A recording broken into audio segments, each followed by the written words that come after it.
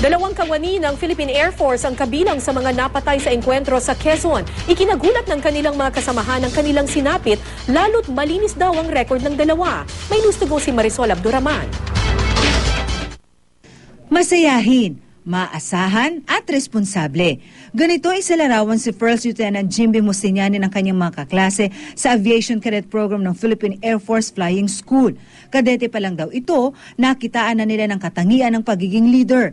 Kaya hindi na raw sila nagtaka nang sumali siya sa Strike Wing, isang elite team ng Philippine Air Force, nang magtapos ito sa flying school noong 2006. Instructor pilot si Justiniani na mangyari ang di umano'y engkwentro sa Atimonan na kanyang ikinasawi. It's really a great loss nga. We feel bad. Kasi nga ilan na lang kami, nabawasan pa.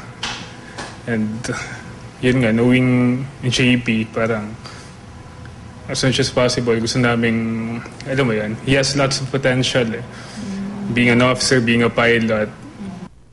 Masakit daw mawala ng mista at kaibigan ayon kay First Lieutenant Carlo Valdez, pero mas lalong masakit daw ang mga paratang na ipinupukol sa kanyang kaklase. We don't believe that. Ganito rin ang ginigiit ng Air Force. Malinis daw ang record at maayos ang reputasyon ni na Justiniani at Staff Sergeant Armando Lescano. Ilang beses na rin silang pinarangalan dahil sa husay sa trabaho. Very dependable and as I have observed, very dedicated sa kanyang pagsiservisyo, maasahan na nakakapag-trabaho ng mahusay at malapit siya sa mga sundalo. Ibig sabihin na ginagalang siya at sinusunod ng kanyang mga sundalo.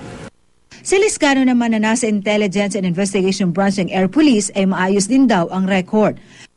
Siya ang inaasahan na nagko-coordinate sa mga iba-ibang unit sa labas ng aming command, especially sa mga police unit dito sa paligid ng Batangas. Kaya maging ang Philippine Air Force daw ay nais malinawan sa nangyaring insidente sa Atimonan, Quezon.